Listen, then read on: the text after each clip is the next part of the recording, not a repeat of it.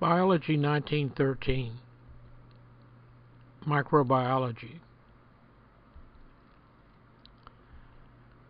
I'm Dr. David Cox, your instructor. On the first day of class, we'll take a class roll. You'll need to sign in. Put your preferred email address if it's different from the GPC address. If it's not, just leave it blank. And list your iClicker device ID that's found on the back of your responder near the bottom. An example is 0825D4.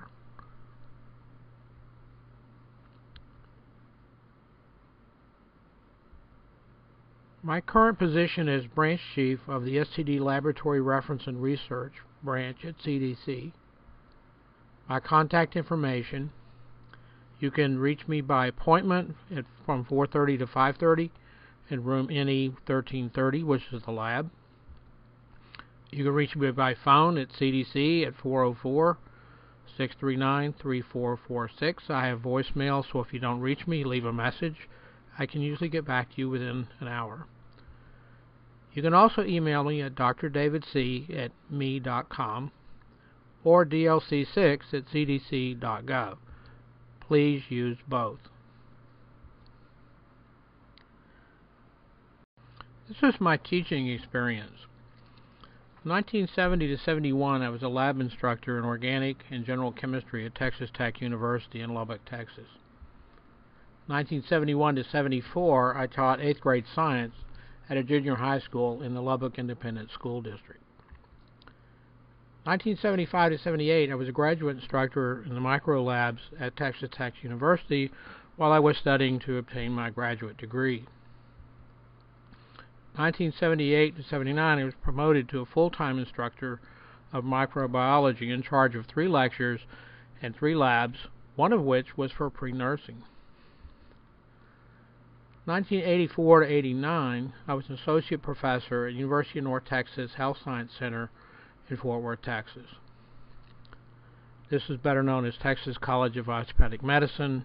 It changed its name, but it's a medical school. 1994 to 1999, I was a part-time instructor at then DeKalb College at the Decatur campus, teaching Anatomy and Physiology 1 and 2. 2002 to the present, I've been a part-time instructor at Georgia Perimeter College Dunwoody campus, teaching 1 lecture of microbiology and 2 laboratories. My research experience, which I will share extensively with you as the semester progresses. In 1970 to 71, I was a graduate research assistant in biochemistry at Texas Tech University.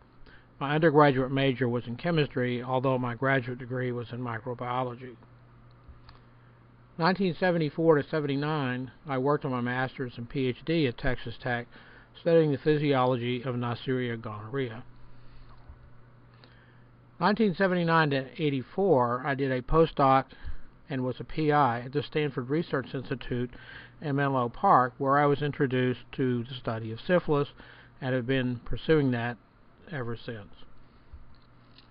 1984 to 89, again, I was an assistant professor at University of Texas Health Science Center, conducting research and obtaining grants there, primarily involved in the cultivation of the organism that causes human syphilis. 1989 to 2005, I was a principal investigator at CDC at the STD Laboratory Research Branch. 2005 to 2010, I was a team lead of the syphilis serology and immunology team at CDC. And in 2011 to the present, I am acting branch chief of the Laboratory Research and Reference Branch.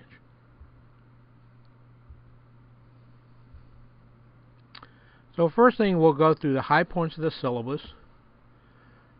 We'll talk about the schedule. It's accurate, but it's not in concrete and can be changed. I'll talk a little bit about my teaching philosophy.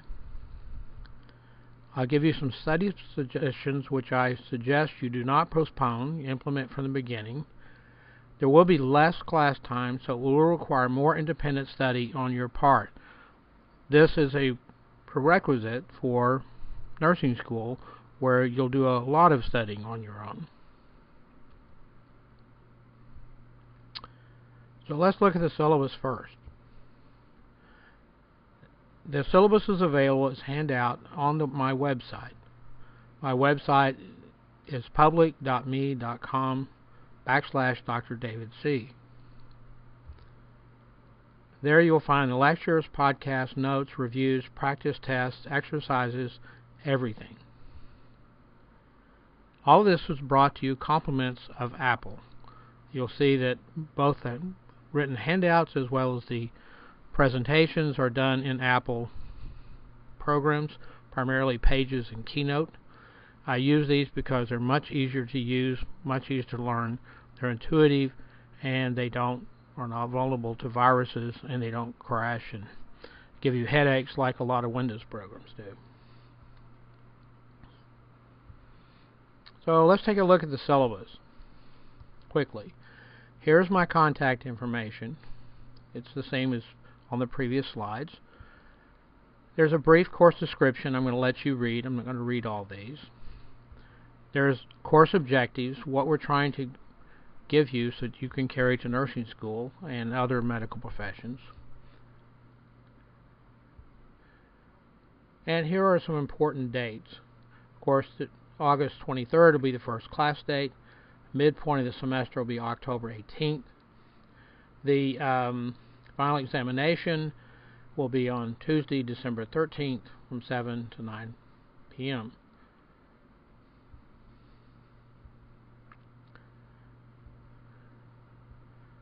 A couple of quick things. There's a section on academic dishonesty. Please do not get caught in this trap. It will ruin your career. It's not worth the risk for a few extra points. There is some information on how to make up exams and the final. If you have a conflict, please let me know as soon as you can. If you do have a conflict where you're ill or you have a child that's ill and you can't make the exam. At the end of the course, there will be a department comprehensive final. It will count 5% of your final grade. However, that can also help you by adding points to your grade if you score well on it. At the top of page 4, you can see the way that the grade is going to be determined. There'll be 4 unit tests that'll be worth 65% of the grade. Your iClicker score tests, which are more of a daily grade, will be worth 10%. Final examination, which is my unit test and is not comprehensive, it's only over the last unit, is 20% of your grade. That unit 5 covers all the bacterial and viral diseases we'll discuss. And then there's the department final, which I mentioned before, that's going to be 5% of your grade. It is comprehensive, but I do have a lot of material online on how you can prepare to study for this. For each of the tests, you'll need to bring a Scantron and 2 number 2 pencils. Please do not come to a test with no Scantron and no pencils and expect to beg them off someone else. You need to be prepared. You will be required to have an iClicker responder for the daily tests. They run anywhere from $50 to $65, but at the end of the semester you can sell them for about 75% of their cost, so your total cost will be somewhere between $20 and $20 a semester, which is very acceptable. Also, I'll remind you that if you're approaching 45 hours of credit, you need to be sure to take the Regents test. Please check the schedule for the Dunwoody campus and find out the date that will be offered.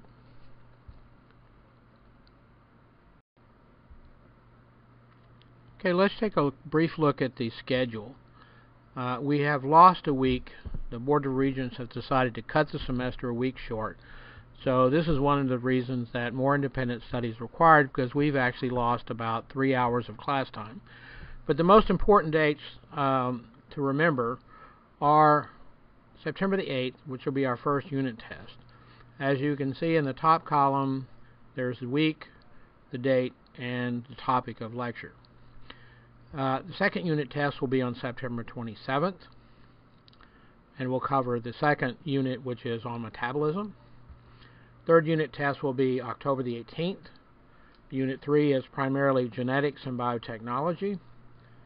And the 4th unit test will be on November the 3rd, which is primarily our unit in immunology. After that test, we will focus on diseases, and that will be the 5th unit, which will be covered in my final examination. And that will include Chapter 14, plus all the bacterial diseases and all the viral diseases.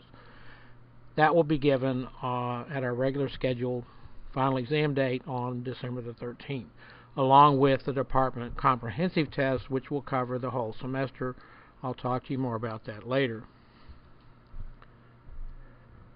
So here's my teaching philosophy. There are no curves. I have bonus questions in which you can score extra points. The reason I don't like curves is because it means some people are automatically going to make an A, and some people are going to automatically make a D or an F.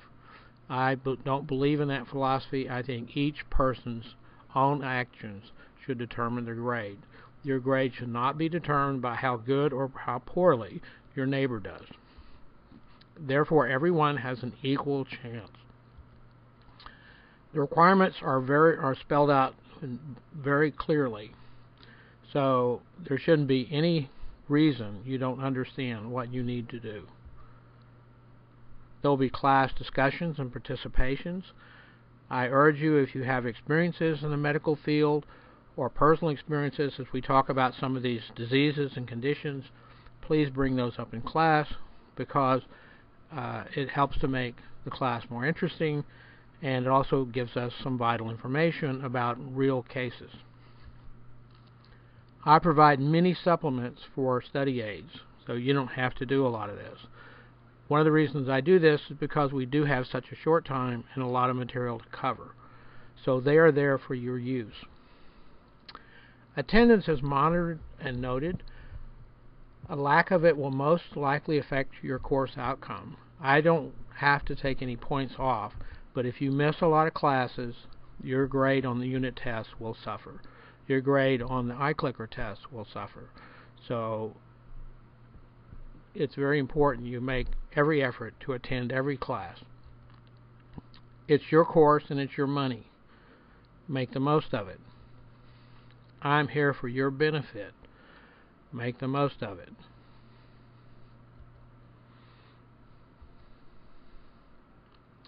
Instructions. The lectures will be from 7 to 8:15, Tuesdays, Thursdays. On my websites, I have QuickTime movies of every single lecture that is presented. Here's an example. You can see these at both of my websites, public.me.com/Dr. David C, where you can download them. You can put them on your iPhone, your iPod, your iPad, and you can play them for review. If you don't want to download them, or you have a slow connection at home, these are quite large because they have a lot of graphics and there's a lot of special effects. If you just want to watch them, you can go to the second website, which is web.me.com/Dr. David C, and you can just watch them on your computer without having to download them. Again, all this technology is brought to you by Apple.